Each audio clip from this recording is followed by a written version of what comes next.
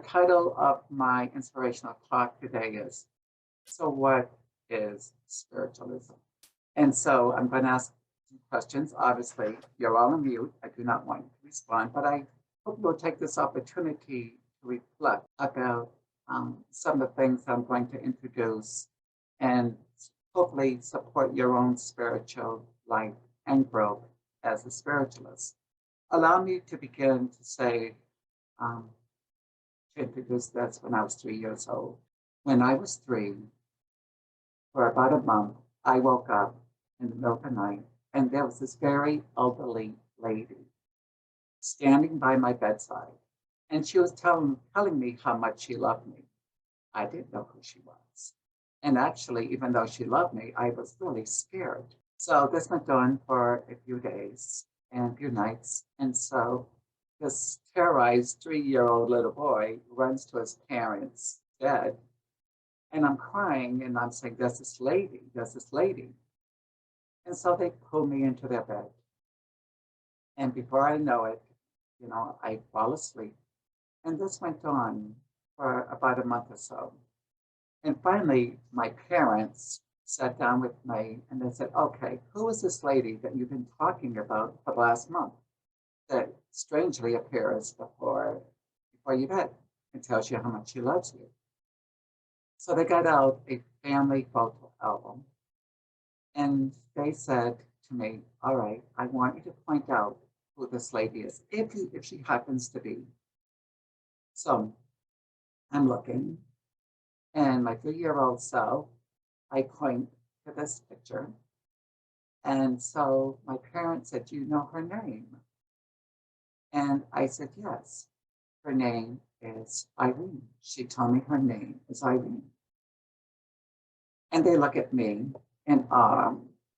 And I remember them saying to me, because this is something we talked about throughout the years, my parents said to me that they were totally surprised and shocked because that was my great-great-grandmother, whom I did not know. But my father and my mother heard of his grandmother because she was very much loved. So that was my first experience of having a spirit connection.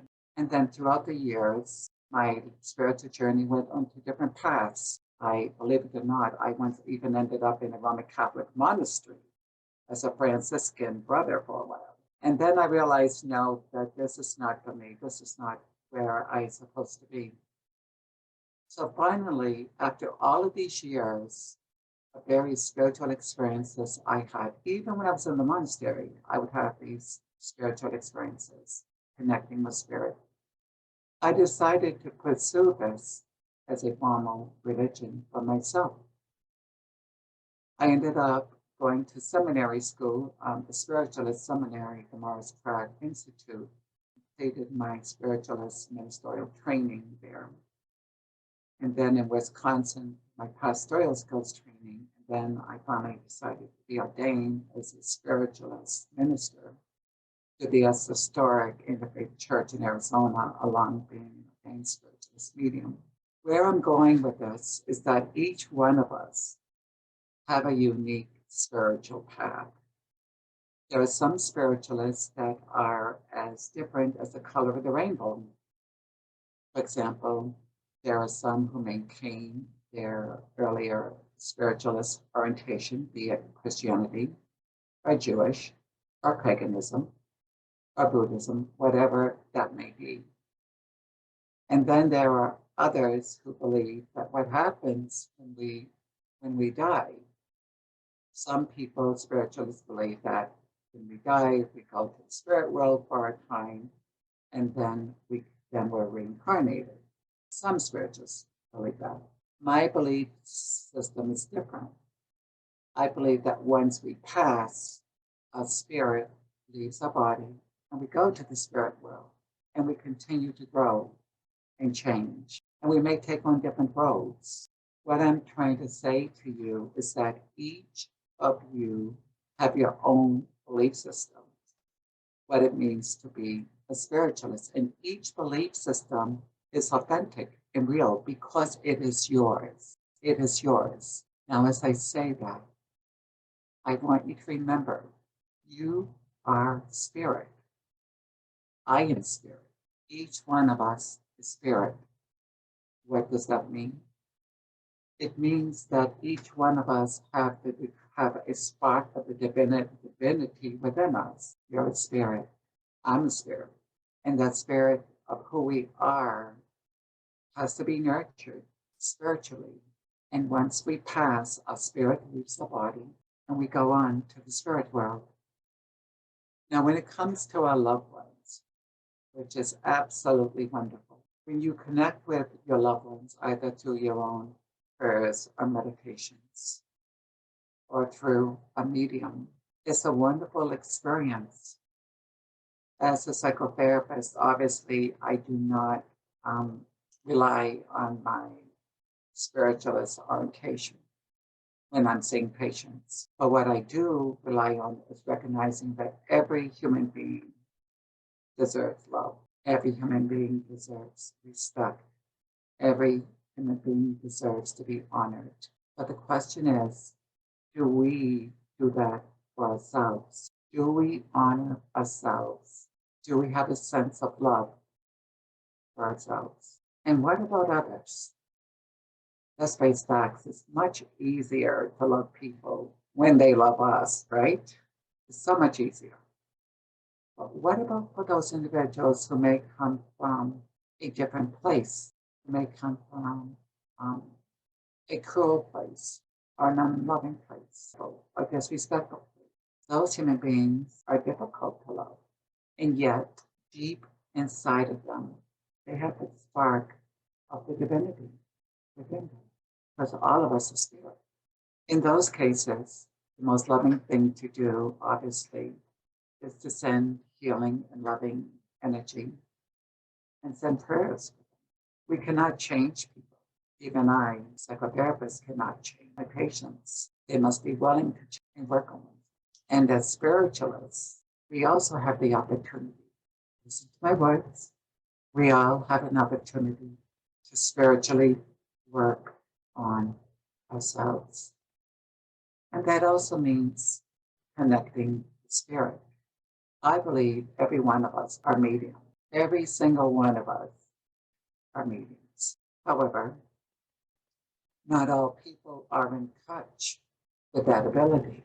And great many times it takes trust and it takes work and it takes developing your skill. Mediumship can be developed. I've had so many wonderful opportunities in my own life about my own mediumship abilities, such as this wonderful church, the Inner Spiritual Center, has been very instrumental to my growth, as well as other experiences I've had. But as spirit and spiritualists, how often do you invite spirit of the divine into your life? Do you take time out to meditate? Or do you take time out to ask spirit to be a part of your life and to have some sort of a relationship with the divine? I'm not talking about what Christians often refer to as having a personal relationship with God or whomever, the Christian God. What I am referring to is having a conversation and a relationship with the spirit within you and with the divine. Because once you can open yourself up to that beautiful energy, I promise you, your life will begin to change. You'll feel far more peaceful and relaxed. And wherever you are, you will feel at ease. And if there is stress or conflict, it's important to ask the spirit within you, where is this coming from? And what do I need to do to get to a place of peace? So what does it mean, again, to be a spiritualist? We all have different opinions. And like I said, each opinion is valuable because it's yours. Mine is mine, and yours is yours. It's about recognizing, again, who you are and being grateful for all the blessings that you may have in your life. As a spiritualist, I do not believe in coincidences. I believe that every person that comes into my life of those various spiritual lessons that I learned is for my own growth.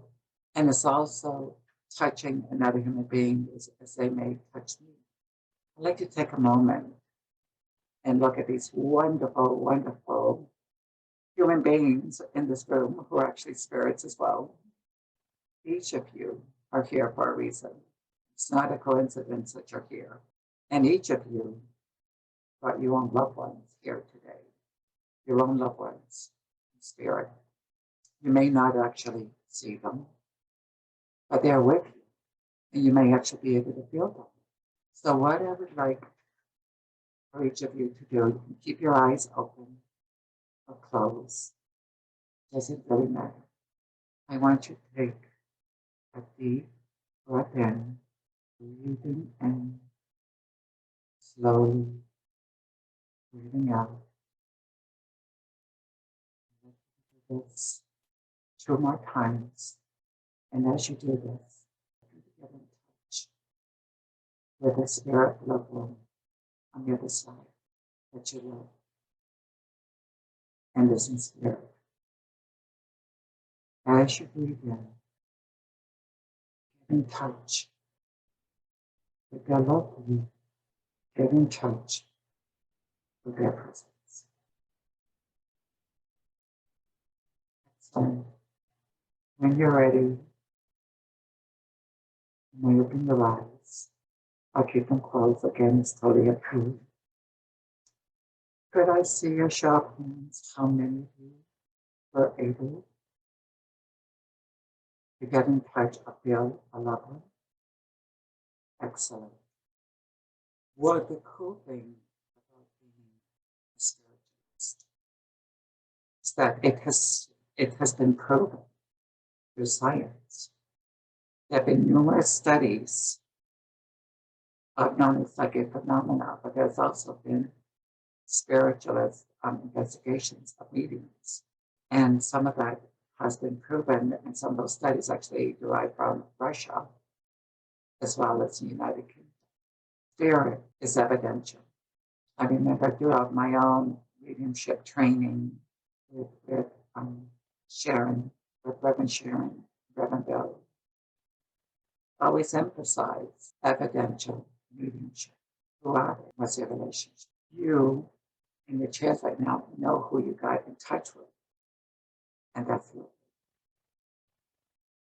For mediums, we have to rely on spirit to tell us. Again, spiritualism, and from my opinion, is not only a religion, but it's also some philosophy of living. So I would encourage each of you, again, to appreciate the spirit within you, celebrate your life, and celebrate spirit, and find joy. Because spiritualism is a religion of joy, because there's no death. Not really. Only the physical part of us are gone in that beautiful spirit of who we are and who we're really meant to be. We transition into another dimension of spirit world. With that, I leave each of you love and the blessings, and my prayer is that spirit will touch each of you. For this not only today, but for the weeks